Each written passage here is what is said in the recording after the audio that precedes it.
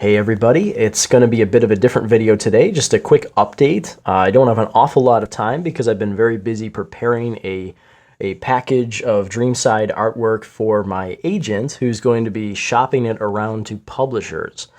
Now, in the past, I've talked a bit about the independent versus publisher route, and I've never really known 100% which way I believe is right for Dreamside, but the more time that I've taken to consider things, the more appealing the publisher route has gotten.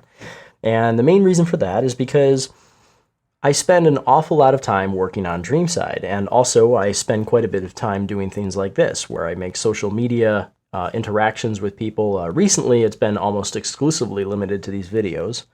And so, it's a way that I can communicate with people and let you know that the project is still going on strong and that there are, of course, many projects that I'm excited to do in the future.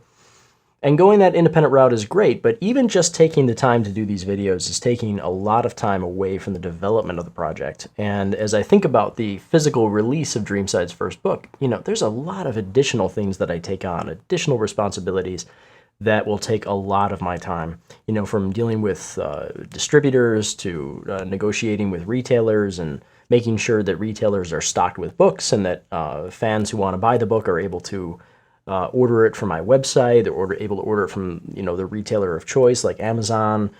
And so there's a lot of work involved with that. And I really believe that it will probably take up more than 50% of my time to deal with selling my own book. Now, that's not a terrible thing, but I do think that my time is best spent creatively developing new projects. And that, of course, includes the two sequel Dreamside books, which I know will go much faster than the first book now that I've established a consistent style and have brought my skills to the point that I believe I can do a book about every year. But the problem is that if I am taking on also all of these additional responsibilities of selling my work and making sure that I'm communicating with fans as much as possible, the challenge there is that year development time of getting a book out will probably extend a little bit.